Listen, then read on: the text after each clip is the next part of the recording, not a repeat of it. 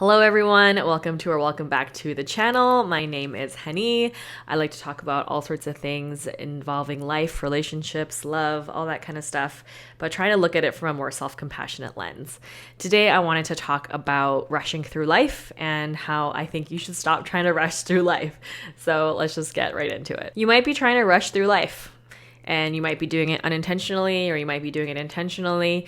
But either way, I think a lot of us in society nowadays just try to get to that finish line. And I think that creates this imaginary goal of some kind that ultimately shows that we've reached success, quote unquote. But in reality, I think reaching the finish line is actually death. I think life is meant to be lived and there is no end goal in anything. I noticed this tendency to rush through things within myself first, and it's something that I've been doing a lot of self-reflection on throughout the years.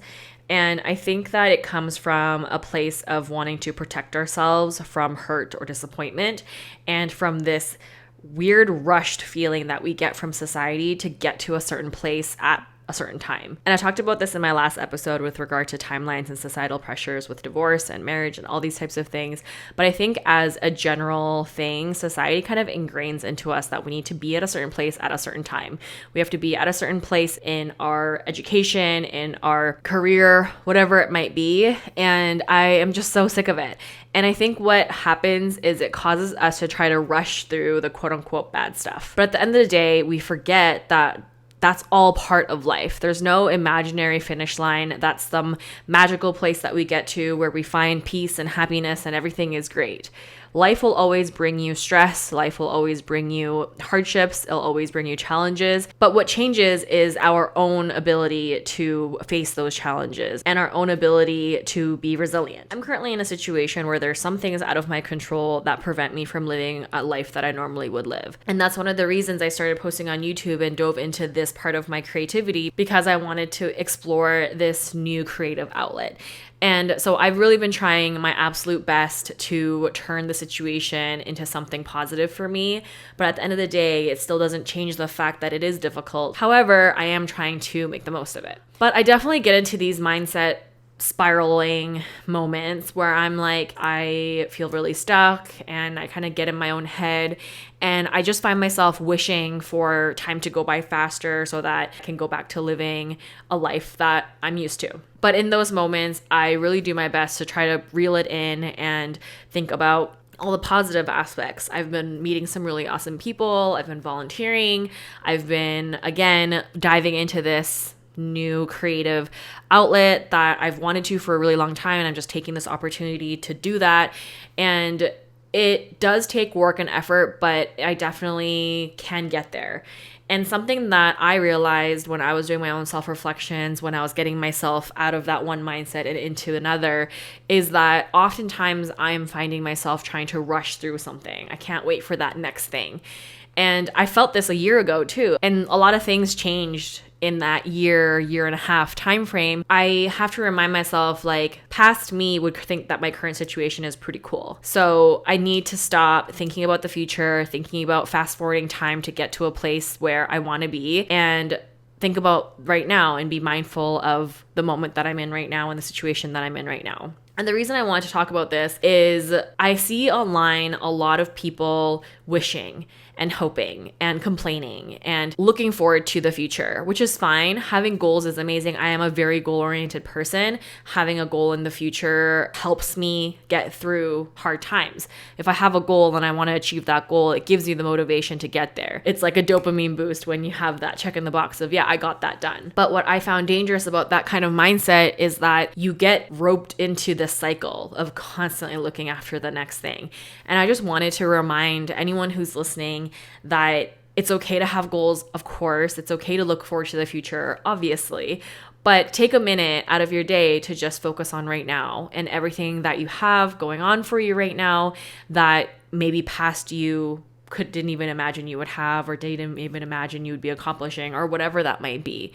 And even if you're going through a hard time right now, I'm sure there's something going on in your life that's changed for the better that past you would be like, wow, good job. Even if you're going through a hard time, but you're dealing with it more gracefully than you would have 5 years ago. And this goes back to another past episode about that self-reflection exercise of looking at all the things that we've done and accomplished in the last 5 to 10 years, but doing it the opposite way of what are we doing right now that past us would have been like, that's actually really cool. And so for me, YouTube is a huge part of that. I always wanted to be a YouTuber. I got into YouTube in 2013, 2014. I started watching From Head to Toe, Anna Edit, Estee Lalonde, she's Canadian. So all these different YouTubers, I watched them over 10 years ago, and I always thought that's so cool. I would love to do that one day. But the people that I had surrounded myself with at the time kind of made fun of me, discouraged me. It's a long story. So I was like embarrassed and I didn't want to fail and all these things. And now 10 years later, I still had this desire to make content and to film and post on YouTube. So I just decided, screw it, I'm just going to do it this time. And now I'm doing it. Like 10 years ago, me would have been like, that's so cool that you had the courage to even do that.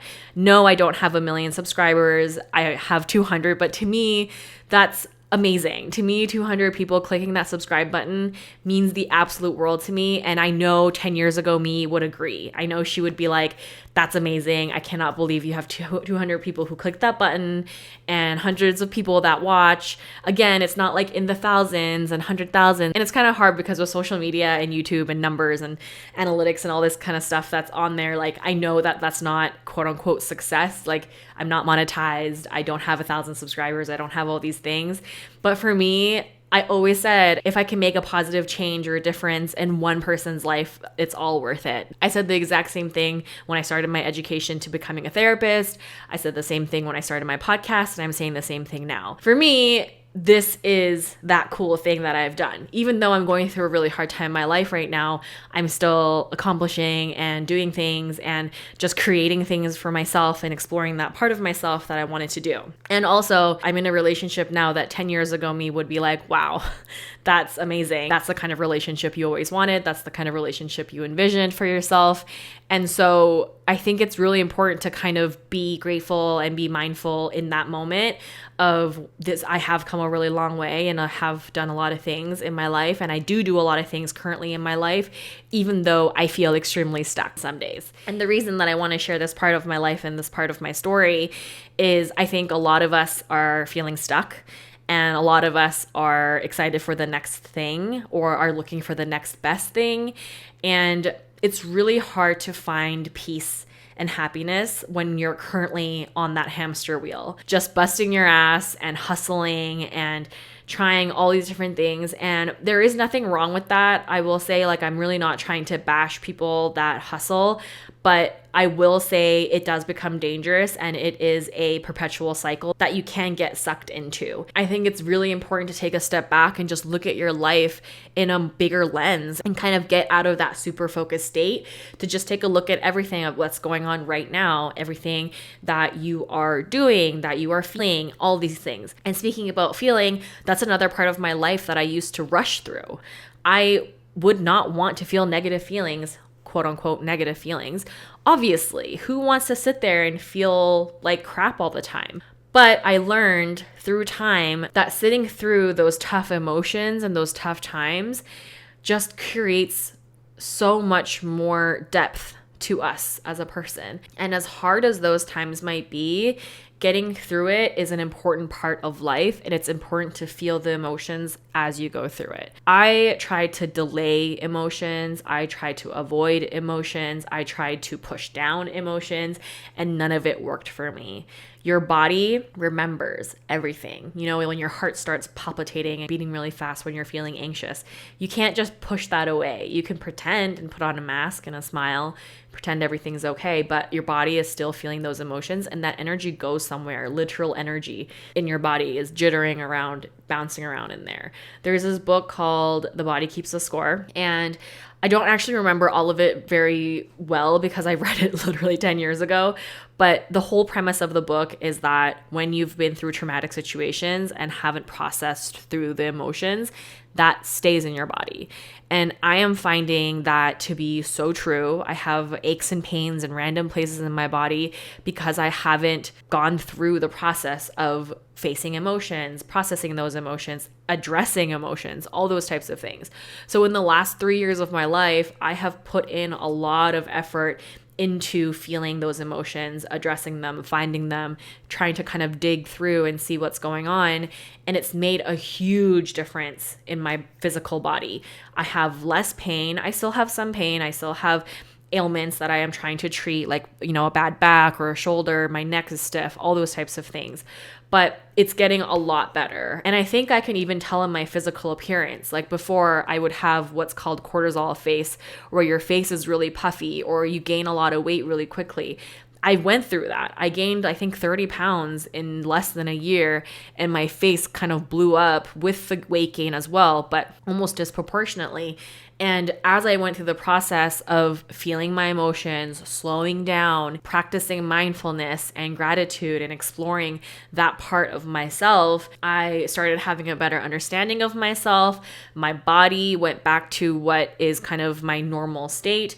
And I'm not saying that, a bigger body is bad or anything. I actually wrote a whole thing about how my body went through a lot and it survived a lot and it got me through a lot, and I have a lot of gratitude towards that as well. It got me back to a place where I felt more comfortable, like I was just myself again. I just wanted to get this out there and hope that it reaches someone who is maybe in the same position that I was or am in right now and goes through little bouts of, I feel really stuck. I feel really helpless. I feel like I can't do anything to change anything. And that might be true. There might be lots of external things going on that is out of your control, but there's also a lot of things going on that we don't look at. There's a lot of positive things in our life that we don't consider. It is really easy to focus on the negative. It's really easy to focus on the hard parts. And it's important to not ignore them. I wholeheartedly believe that. It's important to address and acknowledge the difficult parts of your life, but it's just as important to acknowledge the good and to practice the gratitude and be mindful of where you're at. What I want to get out there the most is if you're feeling rushed in life, if you're feeling like society is pressuring you, maybe your peers, your parents, or even yourself to get to a certain place in your life, don't worry about it. Don't worry about that pressure. Don't worry about that push. Worry about what's going on currently and the small steps you're taking to get to where you want to be. And I guarantee once you get to where you want to be, there's going to be another place you want to be. And I just think that's how life works. We have a goal. We go and you do that thing. Or I want to do this, so I wanted to go and do that thing. But at the end of the day, I think it's just really important that we do that work for ourselves because, like I always say, we deserve it. We are worthy of that time, energy, and effort that it takes to get to know yourself better and to give yourself more peace and comfort and space to really feel life. And being disconnected and disassociated is an easy trap to fall into. And I know that because I've been there many times. And feeling your emotions is actually really difficult. Rushing through things can feel easier, but in the long run, things will come back to you. If you're trying to rush through like a bad time in your life, or you're trying to avoid a difficult emotion, whatever that might be for you, it will end up coming up sometime. So we might as well feel them right now. We might as well deal with it right now. And on the flip side of that, all the good stuff, we might as well feel them right now. We might as well acknowledge its presence right now. And there's a quote in The Office, one of the scenes in the very final episode where I think it's Andy that says, "You never know when the good old days are until you've passed through them." Like, I wish I knew when the good old days were. And I'm probably butchering that quote, but that's exactly it. Like, we're not going to know when the good old days, quote unquote, are until they've passed us by and we look back on them, and hindsight's 2020 and all those types of sayings. Like, they're there for a reason. But if we can take a moment out of our day and just look at it from a stepped away kind of wider lens, then maybe we can figure out that we are in the good old days, whatever those good old days might look like. And we'll be able to enjoy them a little bit more, and we'll find a little bit more peace in where we're at currently. And my hope for this video is that it reaches someone who feels like maybe they're rushing through life, or that they have to rush through life, or they can't wait for this part to be over, or anything like that. And I hope this encourages you to just slow down a tiny bit, even for just a second, to practice that mindfulness, practice that gratitude, and take a step back and just take a look at everything from a bigger picture and see where you're at, and give yourself that energy and time and effort to get to know yourself a little bit better, get to know your situation a little bit better, and hopefully that will help see things in a different light. If you've stayed this long, thank you so much for hanging out with me today. I hope you found this helpful. If you are joining me in the morning, I hope you have a wonderful day. And if you're joining me in the evening, I hope you have a restful night of sleep, and I'll catch you